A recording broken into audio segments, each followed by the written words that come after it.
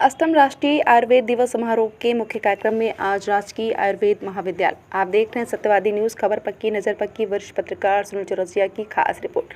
आयुर्वेद महाविद्यालय चिकित्सालय लखनऊ के सभागार में आयोजित किया गया कार्यक्रम के मुख्य अतिथि मंत्री एवं प्रमुख सचिव महोदय निर्देशक आयुर्वेद द्वारा माता सरस्वती की प्रतिमा पर माल्यार्पण किया गया। उसके पश्चात आयुर्वेद कॉलेज के विद्यार्थियों द्वारा बनाई गई रंगोली का निरीक्षण मंत्री द्वारा किया गया। कॉलेज में इस अवसर पर बनाए गए सेल्फी पॉइंट पर मंत्री द्वारा सेल्फी ली गई। इसके बाद विभागीय अधिकारियों एवं मंत्री द्वारा आयुष व्यंजन प्रतियोगिता का निरीक्षण एवं रसास्वादन किया गया। आयुष व्यंजन के प्रथम स्थान की विजेता डॉक्टर काजल, डॉक्टर रुखसार खान, द्वितीय स्थान डॉक्टर मोनिका, डॉक्टर आयुषी, तृतीय स्थान डॉक्टर राधिका, डॉक्टर भारती को मिला, जिन्हें मंत्री ने प्रमाण पत्र देकर सम्मानित किया। कार्यक्रम के आरंभ में भगवान धन्वंतरी के चित्र पर अतिथियों द्वारा माल्यार्पण किया गया तथा दीप प्रज्वलन किया गया। निर्देशक आयुर्वेद महोदय ने मंत्री जी का पुष्प गुच्छ भेंट कर स्वागत किया। प्रोफेसर सुधा सिंह ने प्रमुख सचिव महोदया को बुके भेंट कर स्वागत किया गया। प्रोफेसर माखनलाल ने मिशन निर्देशक महेंद्र वर्मा का पुष्प गुच्छ देकर स्वागत किया। डॉक्टर धर्मेंद्र ने निर्देशक आयुर्वेद को पुष्प भेंट कर स्वागत किया। Professor RB. यादव ने निर्देशक यूनानी को गुलदस्ता भेंट कर स्वागत किया।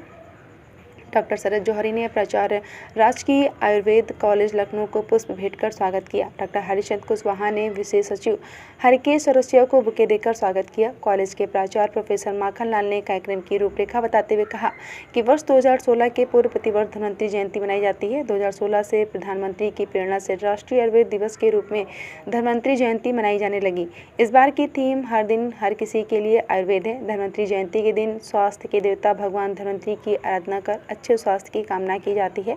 ऋग्वेद के सूक्त में कहा है कि अग्नि, प्राण, वायु, सूर्य यही धन है। राष्ट्रीय आयुर्वेद दिवस के कार्यक्रमों की शुरुआत 1 नवंबर से प्रारंभ हुई। संस्थान में पोस्टर प्रतियोगिता, स्लोगन प्रतियोगिता, वाद विवाद प्रतियोगिता, क्विज प्रतियोगिता, आयुषी रेसिपी प्रतियोगिता, रंगोली प्रतियोगिता, जन जागरूकता कैंप, निःशुल्क आयुर्वेद चिकित्सा शिविर तथा जन जागरूकता हेतु बाइक रैली आयोजित की गई। आयुष विभाग की प्रमुख सचिव लीना जौहरी ने अपने उद्बोधन में कहा कि व्यक्ति का स्वास्थ्य ही सबसे बड़ा धन है, इसलिए स्वास्थ्य पर विशेष ध्यान देना चाहिए। इस अवसर पर आयुष मंत्री द्वारा आयुष ई-पत्रिका का डिजिटल विमोचन भी किया गया।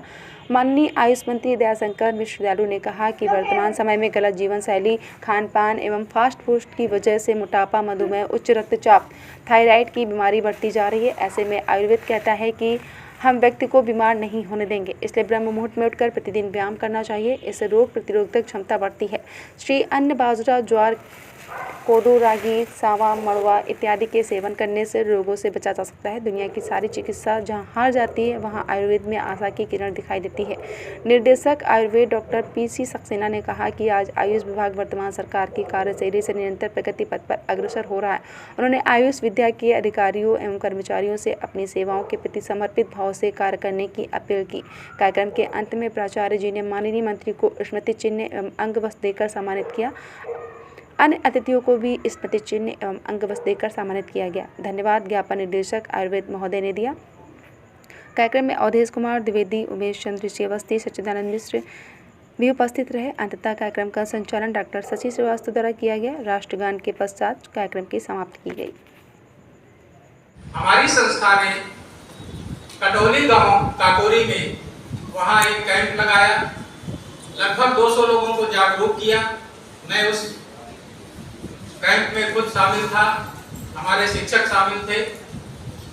गांव के लोगों को 2 आहार विहार के बारे में, मोटा अनाज के बारे में, दिनचर्या के बारे में बताया और वहां प्रकृति परीक्षण भी किया।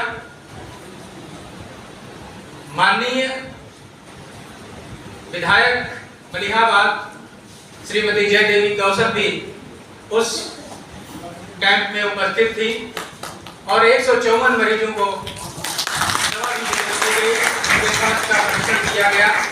अन्य संस्थानों ने भी इस तरह के काम किए।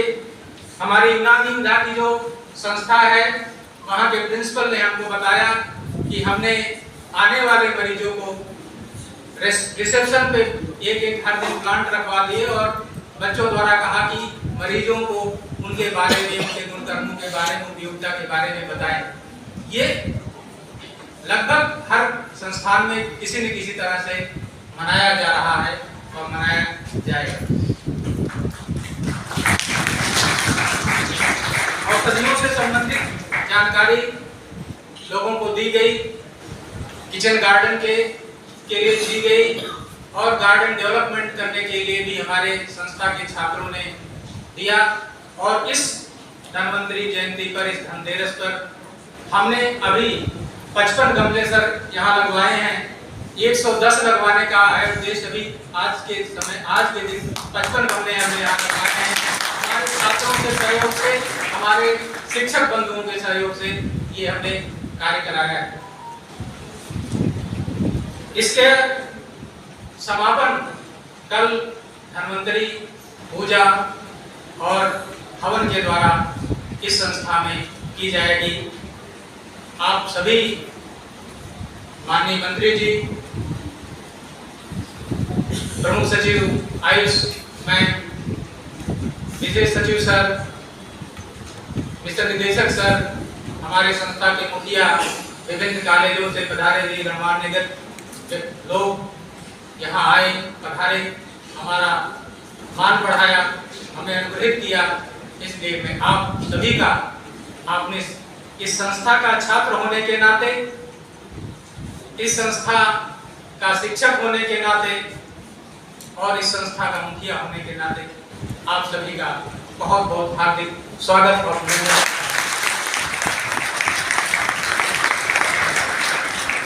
उसके डीसी थे, तो मैं भी बैठा था उसी हॉल में, वो भी बैठे थे। उनको किसी ने बताया कि आयुष के मंत्री यहाँ बैठे हैं। फिर वो मुझे पास आए, उन्होंने कहा कि आपसे मिलने की मेरी इच्छा है, मैं आपसे एक कहानी बता रहा हूँ।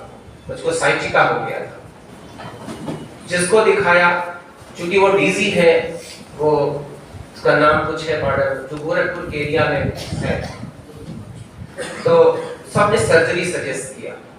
फिर उन्होंने गोरखपुर में ही गीता के आर मंदिर करके कोई संस्था है जो उन्होंने वहां दिखाया। उन्होंने कहा कि 1 हफ्ता आप छुट्टी ले लीजिए और आपको मैं ठीक कर दूंगा। उन्होंने कहा कि ऑपरेशन से अच्छा था कि मैं 1 हफ्ते की छुट्टी लेकर, उन्होंने नेचुरोपैथी से अपना इलाज कराया और उन्होंने कहा कि मैं आपके सामने खड़ा हूँ और मैं दर्द भूल चुका हूँ कि साइटिका का दर्द क्या होता है। समाज में जो उपयोग करता है, जो जीवन में इसको शामिल करेगा, वही इसको समझ पाएगा कि इसकी उपयोगिता क्या है। आप सबका बहुत उज्जवल भविष्य है आने वाले दिनों में।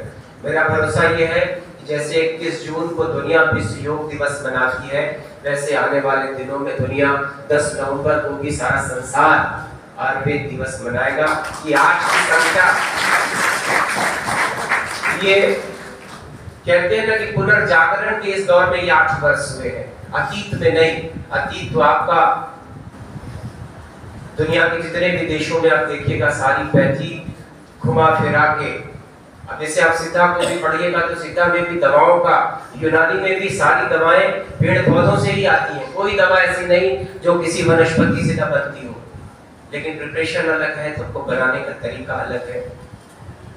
तो आप सबको एक बहुत उज्जवल भविष्य की बधाई देते हुए, और हम सब का प्रयास ये है कि हमारी भी साख बढ़े, क्योंकि हमारे देश का मुखिया ही इस विधा के लिए, मोदी जी का एक कार्यक्रम था, मैडम नहीं थी उस कार्यक्रम में, पुराने दूसरे लोग हुआ करते थे, मेरे साथ शायद कुछ लोग, आप सत्यनाथ जी बता दी, वो अहमदाबाद में कार्यक्रम था। उन्होंने 10,000 से ज्यादा लोग पूरे देश में जुटे हुए थे, जिसमें WHO के चीफ और मॉरिशस के राष्ट्रपति और मॉरिशस के प्रधानमंत्री, मोदी जी और पूरा देश इकट्ठा था। तो उन्होंने एक लेडी का परिचय कराया। वो जिम्बाब्वे के राष्ट्रपति की बेटी थी, जिम्बाब्वे के 2 बच्चों की मां थी, अपनी सिस्टर के साथ आई थी।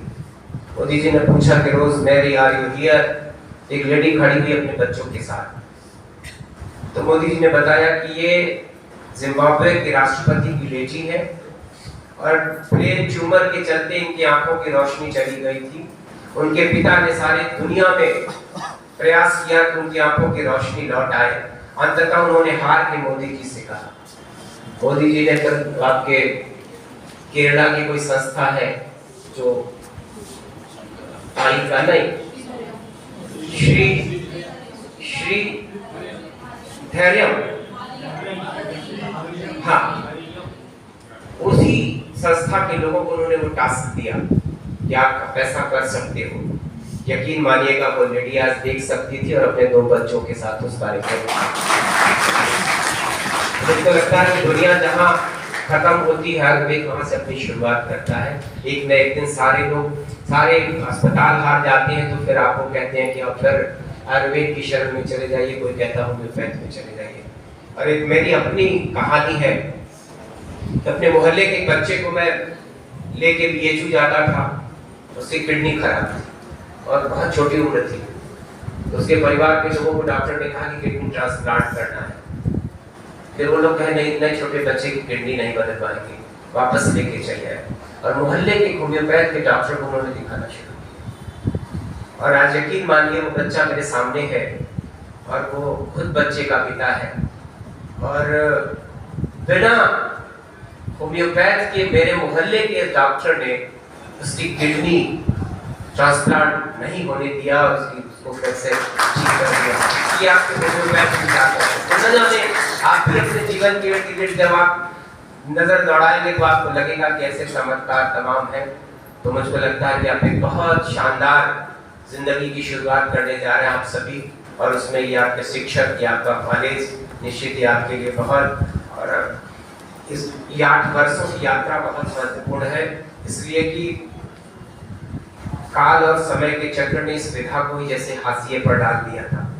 एक जिले के अस्पतालों में 2-2 कमरे में आयुर्वेद और होम्योपैथ यूनानी के डॉक्टर बैठा करते थे, लेकिन आज आपके अपने अस्पताल है, आज आपका अपना सेटअप है। धीरे धीरे आप नए काम भी करना है और पुराने को भी ठीक करना है, पुराने अस्पतालों की मरम्मत भी करना है। अपनी यूनिवर्सिटी आपने बनाया तो आपको बहुत सारे काम करने हैं, और ये आपके बगैर, इन शिक्षक बंधुओं के बगैर, इस मंत्रालय के तमाम वरिष्ठ अधिकारियों के बगैर ऐसा संभव नहीं। मेरे अपने, जहाँ तक मेरा सवाल है, मैं अपने बारे में इतना कहना चाहता हूँ कि मैं राह का चिराग हूँ, सूरज नहीं हूँ मैं, जितनी मेरी बिसात है काम आ रहा हूँ मैं। धन्यवाद।